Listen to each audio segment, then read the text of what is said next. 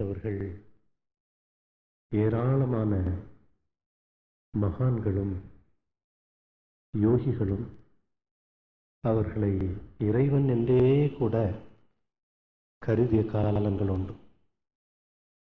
மனிதனுடைய வாழ்வில் ஆன்மீகம் ஒரு உச்சக்கட்ட உயர்ந்த படி. மனிதனை எடுத்துக்கொண்டு பார்த்தோமேயானால் தேவைகள் பூர்த்தி செய்யப்பட வேண்டும். இந்த தேவைகளை பூர்த்தி செய்வதற்கு எந்த ஒரு தனி மனிதனும் தன்னுடைய தேவைகளை தானே பூர்த்தி செய்வது என்பது இயலாத ஒன்று. ஆக மற்ற ஜீவன்களிலிருந்து மனிதன் பிரித்து பார்க்கக்கூடிய ஒரே நிலை அல்லது ஒரு இடம் கூட்டு வாழ்க்கை, இணைந்த வாழ்க்கை. இந்த கூட்டு வாழ்க்கையில் மனிதன் வாழுகின்ற பொழுது இயற்கை நெறி தவறிவிடக்கூடாது, கூட்டு நெறி தவறிவிடக்கூடாது. விளையும் பொருட்கள், அனுபவிக்கின்ற பொருட்கள் அத்தனையும் பகிர்ந்து எடுத்துக்கொள்ள வேண்டும். அப்படி பகிர்கின்ற பொழுது ஒருவருக்கு அதிகமாகவோ மற்றவருக்கு குறைவாகவோ இல்லாது சமமான பங்கீடு வேண்டும் என்பதற்காக மனித இனம் தோன்றி முதலில் சரிசமமாக செய்து கொள்வதற்கு ஏற்பாடு செய்த ஒன்றுதான் அரசியல். இந்த அரசியலில் பொருளாதாரம், விஞ்ஞானம் இவை இரண்டும் அதில் பின்னப்பட்டிருக்கின்றன. பொருளாதார நிலையில் என்னென்ன வேண்டுமோ அவைகளை ஒவ்வொரு மனிதனுடைய உழைப்பையும் பொதுவாக்கி கொண்டும், ஒவ்வொரு மனிதனிடமும் ஒவ்வொரு திறமைகள் இருக்கின்றன, ஒவ்வொரு மனிதனிடமும் ஒவ்வொரு வெளிப்பாடு இருக்கின்றன.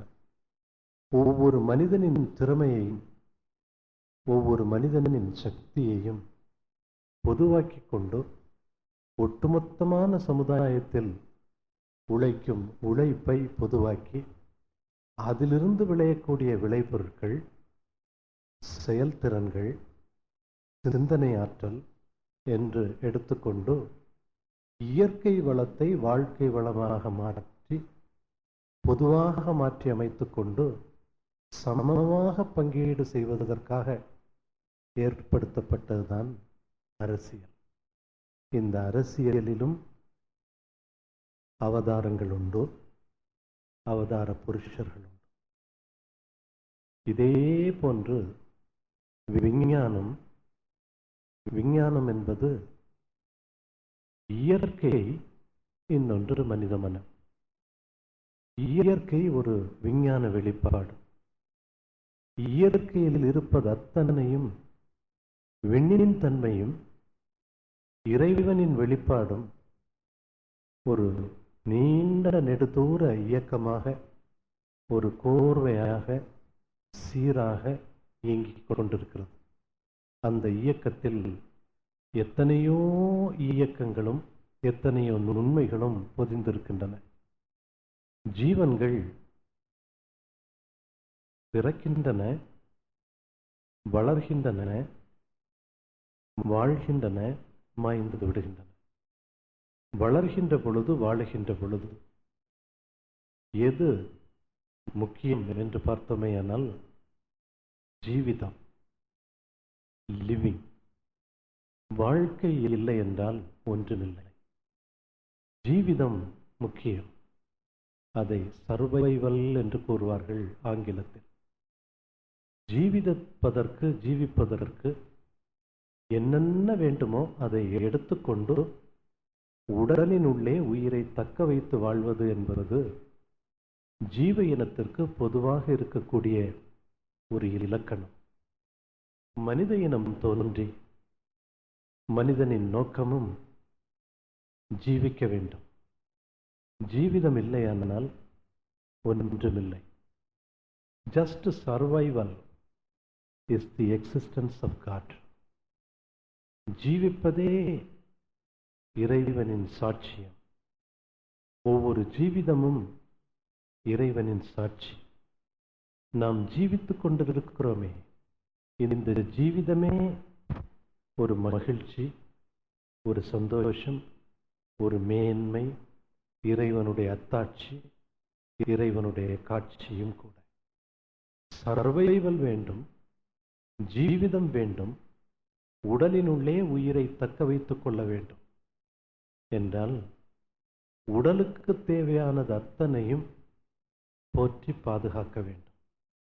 உணவு வேண்டும், நீர் வேண்டும், சீதோஷ்ண நிலைக்கு இசைந்தாற்போல் வாழ்க்கை பொருட்கள் வேண்டும், குடியிருக்க இடம் வேண்டும், ஆண் பெண் நட்புறவு ஒழுக்கத்துக்கு உட்பட்டு அது செயல்பட வேண்டும்.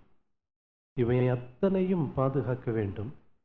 அப்படி செயல்படுகின்ற பொழுது இந்த உணவை எடுக்கிறோம், மற்ற ஜீவன்கள் போல் மனிதன் அப்படியே எடுத்துக்கொள்வதில்லை. மற்ற ஜீவன்கள் புல்லை உண்கின்றன, புல்லை புல்லாகவே உண்கின்றன. மாமிசத்தை உண்கின்றன, மாமிசத்தை மாமிசமாகவே உண்கின்றன.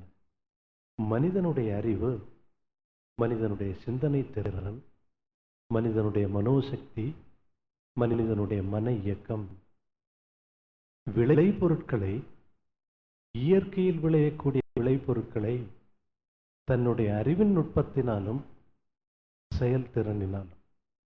அறிவின் நுட்பம் மட்டும் இருந்தால் மட்டும் போதாது, செயல்திறனும் வேண்டும். அந்த செயலில் மேன்மையும் வேண்டும். செயல்திறனினாலும் சிந்தனை திறனினாலும் விளையக்கூடிய விளைபொருட்களை வாழ்க்கை வளமாக மாற்றி அமைத்து அனுபவிக்கின்ற பொழுது உணவு இயற்கையிலிருந்து வந்தாலும் கூட மனிதனுடைய மதிநுட்பத்தால், மனிதனுடைய சிந்தனை திறனால் அதை பக்குவப்படுத்தி இந்த உடலுக்கு கொடுத்து கொண்டிருக்கிறார்.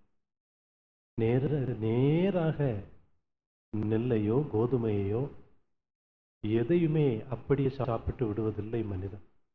அதை பக்குவப்படுத்தி இந்த உடல் ஏற்றுக்கொள்ளக்கூடிய அளவுக்கு மென்மையாக கொடுக்கக்கூடிய ஒரு தன்மை மனிதனிடம் இயல்பாக வந்துவிட்டது. நூலை பார்க்கிறான், பருத்தியை பார்க்கிறான், அப்படியே பருத்தியை எடுத்து பஞ்சையை எடுத்து போர்த்தி கொள்வதில்லை. அதை நூலாக்கி நூலை ஆடையாக வேய்து அதையே இன்னும் பல பல டிசைன்ஸ், பல பல கலைநுட்பத்தோடு வெளிப்படுத்தக்கூடிய திறன். இந்த திறன் வருகின்ற பொழுது விஞ்ஞானம் வெளிப்படத் தொடங்கியது. விண்ணை பற்றிய விஞ்ஞானம், விண்ணிலிருந்து வெளியேறிய அத்தனை பஞ்சபூதங்களை பற்றிய ஞானம் வெளிப்படத் தொடங்கியது. இந்த விஞ்ஞானம் வெளிப்பட விஞ்ஞான திறன், விஞ்ஞான சிந்தனை மனிதனிடம் வெளிப்பட்ட பொழுது இயற்கையில் இருக்கக்கூடிய நுட்பத்தை தெரிய தொடங்கினார்.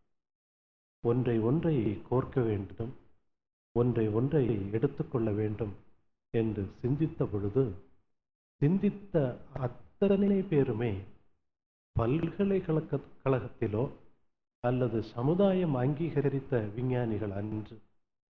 இன்று வரைக்கும் நீங்கள் விஞ்ஞானத்தின் மகத்துவத்தை வெளிப்படுத்தியவர்கள் அனைவருமே ஒரு சாதாரண மனிதர்கள் தான். அந்த மனிதனுடைய மூளையை கருவியாக வைத்துக்கொண்டு இயற்கை தன்னுடைய நுட்பத்தை வெளிப்படுத்தியது. சர் ஐசக் நியூட்டன் இவர் ஒரு விஞ்ஞானி அல்ல. சில பல இயற்கை உண்மைகளை வெளிப்படுத்தியதால் இந்த சமுதாயம் அவரை விஞ்ஞானி என்று அவர் கூறிய கூற்றுக்கு பிறகு ஏற்றுக்கொண்டது. அதற்கு முன்னால் அவர் மாடு மேய்க்கக்கூடிய ஒரு பையன். அதே போன்றுதான் தையல் மிஷினை கண்டுபிடித்தவர். அதே போன்றுதான் ஒவ்வொருவருமே. மார்க்கோனி எலக்ட்ரிசிட்டி கண்டுபிடித்தாரே, அவர் அனைவருமே விஞ்ஞானிகள் அன்று. அனைவரும் ஒரு சாதாரண மனிதர்கள் தான்.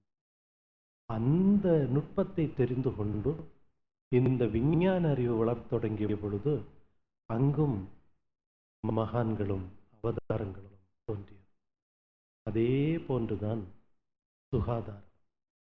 அரசியல் ஒன்று, விஞ்ஞானம் ஒன்று, சுகாதாரம் ஒன்று, பொருளாதாரம் ஒன்று, அறிவு என்ற ஒன்று.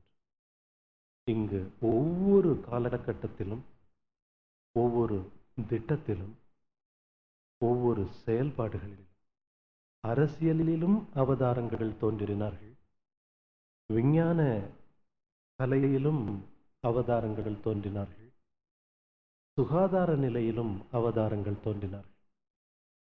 சுகாதாரம் என்பது ரசாயனம் என்ற ஒரு மிகப்பெரிய ஒரு இயக்கம்.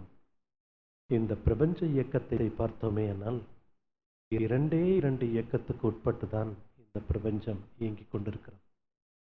5 பூதங்கள், 5 தன்மாத்திரைகள். இந்த தன்மாத்திரைகளின் வெளிப்பாடு இரண்டே இரண்டு தன்மை. ஒன்று மின்னியக்கம், மின்னியக்கத்திலிருந்து வெளியேறும் காந்த இயக்கம். இன்னொன்று ரசாயன இயக்கம், ரசாயன இயக்கத்திலிருந்து வெளியேறும் காந்த இயக்கம். மின்னியக்கம் என்பது மிக நுண்ணிய இயக்க நிலையில் பஞ்சபூதங்களில் முதல் 2 பூதங்களோடும் இணைந்து அதிலிருந்து முழுமையான வெளிப்பாடை கொடுத்து கொண்டிருப்பது விண், காற்று. இந்த 2 பூதங்களிலிருந்து பூதங்களின் தன்மையும் இந்த 2 பூதங்களின் தன்மாத்திரையும் விண்ணையும் காந்தத்தையும் நேரடியாக ஜீவன்களுக்கு கொடுத்து கொண்டிருக்கிறது. உதாரணமாக ஒலி, ஒளி. இந்த இரண்டும் மின்னியக்கங்கள். மின்னியக்கத்திலிருந்து வெளியேறக்கூடிய காந்த இயக்கம். சப்தம் ரசாயனம் அன்று, ஆனால் சப்தம் ரசாயனத்தை கூட்டுவிக்கும். ஒளி ரசாயனம் அன்று, அதே ஒளி ரசாயனத்தை கூட்டுவிக்கும். ஏன் என்று பார்த்தோமேயானால் ரசாயனத்தின் உள்ளிருப்பதும் இதே மின் இயக்கத்தினுடைய திணிவுதான் ரசாயனம். நெருப்பு என்று எடுத்துக்கொண்டு பார்த்தோமேயானால் இந்த நெருப்பு விண்ணியக்கத்திலும் உட்பட்டிருக்கும், ரசாயன இயக்கத்திலும் உட்பட்டிருக்கும். ஆக விண்ணிலும் காற்றிலும் முழுமையான விண்ணியக்கமும் காந்த இயக்கமும், நெருப்பில் எடுத்துக்கொண்டோமேயானால் அங்கு மின்னியக்கமும் முழுமையாக இருக்கும், மின்னிலிருந்து மின்னியக்கத்திலிருந்து வெளியேறும் காந்த இயக்கமும் முழுமையாக இருக்கும், ரசாயன இயக்கமும் அங்கு அடிப்படையாக இருக்கும். அதிலிருந்தும் காந்தம் வெளிப்பட்டு கொண்டிருக்கும். நீர், நிலம் என்று எடுத்துக்கொண்டோமேயானால் 4வது பௌதீகம், 5வது பௌதீகம் என்று அந்த நீரிலிருந்து வெளியேறுவது முழுமையான காந்தம், முழுமையான ரசாயனம். மண்ணிலிருந்து வெளியேறுவது முழுமையான ரசாயனம். இந்த மின் இயக்கம் ரசாயன இயக்கத்துக்கு உட்பட்டுதான் பிரபஞ்ச இயக்கங்கள் அத்தனையும் இயங்கிக் கொண்டிருக்கின்றன. பொதுவாக மேலோட்டமாக பார்க்கும் பொழுது பஞ்சபூதங்கள் என்று கூறுகிறோம். இன்னும் அதிலிருந்து வெளியேறக்கூடிய பஞ்ச தன்மாத்திரைகள் என்று கூறுகிறோம்.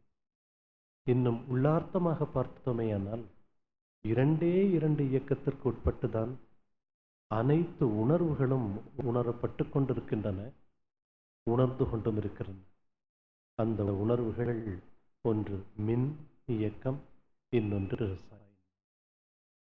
இந்த இரண்டு உணர்வுகள் கூட இன்னும் பார்த்தோமேயானால் ஒரே ஒரு தன்மையாக வெளிப்பட்டு கொண்டிருக்கிறது. அதுதான் காந்தத்தினுடைய வெளிப்பாடு, அதுதான் காந்தத்தினுடைய உணர்வு. அந்த ஒன்றுதான் காந்த உணர்வு. இந்த காந்த உணர்வுக்கு உட்பட்டுதான் அனைத்து உடல் இயக்கமும் இயங்கிக் கொண்டிருக்கிறது, உயிரியக்கமும் இயங்கிக் கொண்டிருக்கிறது. உடலின் தேவைகளை பூர்த்தி செய்து கொண்டிருப்பதும் இதே ரசாயனமும் இதே மின்னியக்கமும். ரசாயன இயக்கம் வருகின்ற பொழுது பல்வேறு தன்மைகளாக பிரிந்து பிரிந்து பிரிந்து பிரிந்து பிரிந்து செயல்பட்டு கொண்டிருப்பதால் ஒன்றை ஒன்று இணைப்பு கொடுக்க வேண்டும். ஒன்றுக்கொன்று முரண்பாடு ஏற்பட்டால் அதில் இருக்கக்கூடிய விளைவுகள் பாதிப்பை ஏற்படுத்தும் ஜீவன்களுக்கு. ஆக இதை சமப்படுத்துவதற்கும் ஒவ்வொரு ஜீவனின் உடல் இயக்கம் என்பது பிரபஞ்ச பரிணாமத்தின் மிகப்பெரிய உச்சமான ஒரு கட்டம். இங்கு கல்லை பார்க்கிறோம், வெளியே கல்லை பார்க்கிறோம், பார்ப்பதற்கு அது கல்லாக மிக கடினமாக காட்சி தருகிறது. இதே கல்லேதான் ஒவ்வொரு ஜீவனின் உடலின் உள்ளே எலும்பாகவும் பல்லாகவும் எலும்பின் உள்ளிருக்கும் இயக்கமாகவும் இயங்கிக் கொண்டிருக்கிறது. இயங்கிக் கொண்டிருந்தாலும் இயக்கத்துக்கு உட்பட்டு இயங்கிக் கொண்டிருப்பதால் ஒவ்வொரு எலும்பின் உள்ளும் அது உணர்வுகள் உண்டு, உயிர்ப்பு தன்மையும் உண்டு. இந்த உயிர்ப்பு தன்மையை முழுமையாக வைத்துக் கொள்ள வேண்டுமானால் வெளியே இருக்கக்கூடிய பொருளோடு இருக்கக்கூடிய தொடர்புகள், ஒவ்வொரு உடலுக்கும் வெளியிருக்கக்கூடிய பொருளுக்கும் இருக்கக்கூடிய தொடர்புகள் இதமாக இருக்க வேண்டும். அதை ஹார்மோனியஸ் என்று கூறுவார்கள். எப்பொழுதும் பரஸ்பரமாக இருக்க வேண்டும். அது பரஸ்பரம் இல்லை என்றால், இணைப்பு இல்லை என்றால் துன்பங்களை ஏற்படுத்தும் உடலுக்கு. ஆக இதை பராமரிப்பதற்கு சில பல சிந்தனைகள் தோன்றியது. அந்த சிந்தனையின் வெளிப்பாடுதான் சுகாதாரம் என்ற ஒரு அமைப்பு. அந்த சுகாதார அமைப்பு தான் இன்று மருத்துவமாக உலகம் முழுவதும் பல பிரிவுகளாக பிரிந்து எத்தனையோ மருத்துவ முறைகள் நாம் பார்க்கிறோம். அலோபதி மருத்துவம், ஹோமியோபதி மருத்துவம், ஆயுர்வேதிக் மருத்துவம், சித்த மருத்துவம், அக்குப்ரெஷர், அக்குபங்க்சர் என்று பல பல வைத்திய முறைகள் இன்று உலகம் முழுவதும் பரவி இருக்கின்றன. இவை அத்தனைக்கும் அடிப்படை என்ன என்று பார்த்தோமேயானால், ரசாயனம் இணைப்பு ஏற்படுகின்ற பொழுது எங்கும் பிசகில்லாது செயல்பட வேண்டும். அதை செயல்படுவதற்கு திட்டமிட்டு செயல்பட வேண்டும். இந்த சிந்தனையில் ஆழ்ந்தவர்களோ, இதே மனித இனம் வளர வளர வளர வளர, மக்கள் இனம் வளர வளர, இயற்கையே சில பல மனிதர்களின் மூளைகளின் மூலமாக நுண்மைகளையும் உண்மைகளையும் வெளிப்படுத்தியது. அப்படி வெளிப்படுத்திய பொழுதுதான் சுகாதாரம் என்ற ஒரு அமைப்பு தோன்றியது. அங்கும் அவதாரங்கள் மனிதர்கள் தோன்றினார். அந்த அவதாரங்கள் அத்தனை விஞ்ஞான நிலையில் இருந்தவர்கள், சுகாதார நிலையில் இருந்தவர்கள், பொருளாதார நிலையில் இருந்தவர்கள். இவர்கள் அனைவரையும் பார்த்தோமேயானால் அரசியல் நிலையில் இருந்தவர்கள் அந்தந்த நிலைக்கு எல்லைக்கு உட்பட்டு அதற்கப்பால் சிந்தனையை செலுத்தாதிருந்தார்கள். இன்னும் அறிவு என்ற ஒரு நிலையில் வாழ்ந்தவர்கள்தான் மகான்கள் என்றும் யோகிகள் என்றும் குறிப்பிட்டார்கள். இந்த மகான்களும் யோகிகளும் அறிவில் மட்டும் முழுமைக்கு வரவில்லை. அவர்களுடைய முழுமை முழுமையாகவே இருந்தது. விஞ்ஞானத்தை சார்ந்தும் இருந்தது, அரசியலை சார்ந்தும் இருந்தது, சுகாதாரத்தை சார்ந்தும் இருந்தது, பொருளாதாரத்தை சார்ந்தும் இருந்தது, அறிவை சார்ந்தும் இருந்தது. அப்படி தோன்றிய அவதாரங்கள் தான் ஆன்மீக வழியில் தோன்றிய புருஷர்கள் என்றும், ஆன்மீக அவதாரங்கள் என்றும், அவதார புருஷர்கள் என்றும் கூறினார்கள். அப்படி தோன்றிய மகான்கள் இந்த பூமியில், பூமியினுடைய மேற்பரப்பின் தன்மையில் இந்திய நாடு மிக உகந்த ஒரு தன்மையை பெற்றது. இந்திய நாடு மற்ற எந்த நாட்டிலும் இல்லாத இயற்கை வளம், மனித வளம், சீதோஷ்ண வளம், இன்னும் நீர் வளம், நிலவளம், காற்றின் வளம், இவை அத்தனையும் பொருந்தி இருந்த ஒரு நிலப்பரப்பு தான் இந்த பூமி, பாரத பூமி. இந்த பாரத பூமி என்பது இன்று நாம் பார்த்து கொண்டிருக்கக்கூடிய இந்திய நாடு மட்டுமல்ல, இந்திய நாட்டின் ஹிமாலயா, அதன் கிழக்கு புறத்தில் இருக்கக்கூடிய பாகிஸ்தான், ஆப்கானிஸ்தான், ரஷ்யாவின் பக்கத்தில் இருக்கக்கூடிய பகுதிகள், இன்னும் குமரிக்கண்டம், குமரிக்கண்டத்திற்கு இன்னும் சற்று பார்த்தோமேயானால் திமோரியா கண்டம் என்று நாம் கேள்விப்பட்டிருக்கிறோம். அந்த கண்டங்கள் அதோடு சேர்த்து பார்த்த பொழுது சவுத் ஆப்பிரிக்கா நமக்கு தெரியும். இங்கே தெற்கு ஆப்பிரிக்க கண்டம் அது வரைக்கும் நீண்டிருந்த மிகப்பெரிய ஒரு பகுதி தான் இந்த பாரத பூமி. இந்த பாரத பூமியில் மிகப்பெரிய வளமே முழுமையான யோசனை நிலை, முழுமையான மண்வளம், முழுமையான நீர்வளம், மனிதனுடைய தேவை, உடல் தேவை, உள்ள தேவை, இந்த இரண்டையும் ஒவ்வொரு தனி மனிதனும் பூர்த்தி செய்து வாழக்கூடிய ஒரு திறன். மற்ற பகுதிகளை எடுத்துக்கொண்டு பார்த்தோமேயானால் சில காலகட்டங்களில் வெளியே வர முடியாது. இல்லத்திலிருந்து ஒன்று குளிராக இருக்கும் அல்லது வெப்பமாக இருக்கும். வெளியே வந்தால் தன்னை பாதுகாத்துக் கொள்வதற்கே சர்வைவல், ஜீவிதத்திற்கே எத்தனையோ வழிமுறைகளை தேட வேண்டிய நிலைகள் இருந்தது. இந்த நாட்டில் அவ்வாறு அல்ல. தன்னுடைய ஜீவிதத்தை மிக எளிமையாக பார்த்து கொள்ள முடியும். ஔவையார் என்ற ஒரு பெரியவர், ஔவையார் என்ற ஒரு பெரியவர் 4 முழமும் 4 நாழியும் போதும். 4 முழம் என்றால் உங்களுக்கு தெரியும், 4 முழ வேஷ்டி. 4 முழம் இருந்தால் இங்கே கட்டி இப்படி போட்டு விடுவார்கள் பெண்கள். ஆண்கள் 4 முழத்தை உடுத்துக்கொள்ளலாம். ஆளாக்கு அரிசி போதும். நாளியும் 4 நாளி அரிசியும் 4 முழமும் போதும் ஒரு மனிதனுடைய ஜீவிதத்திற்கு. அப்படி இருந்தது இந்த பாரத கண்டம். அந்த காலகட்டத்தில் தேவைகள், உடல் தேவைகள் பூர்த்தி செய்துவிட்டது. மனித மனம் சும்மா இருக்குமா? சிந்திக்க தொடங்கியது. இயற்கையை சிந்திக்க தொடங்கியது. அன்னமய கோஷம், மனோமய கோஷம், பிராணமய கோஷம், ஆனந்தமய கோஷம் என்று சிந்திக்க தொடங்கினார்கள். அப்படி சிந்திக்க தொடங்கியவர்கள்தான் மிக பல்லோர். உங்களுக்கு தெரிந்தவர்கள், பெயர் தெரிந்தவர்கள், அந்த பெயரை வெளிவிட்டவர்கள் மிக மிக மிக மிக குறைவானவர்கள்.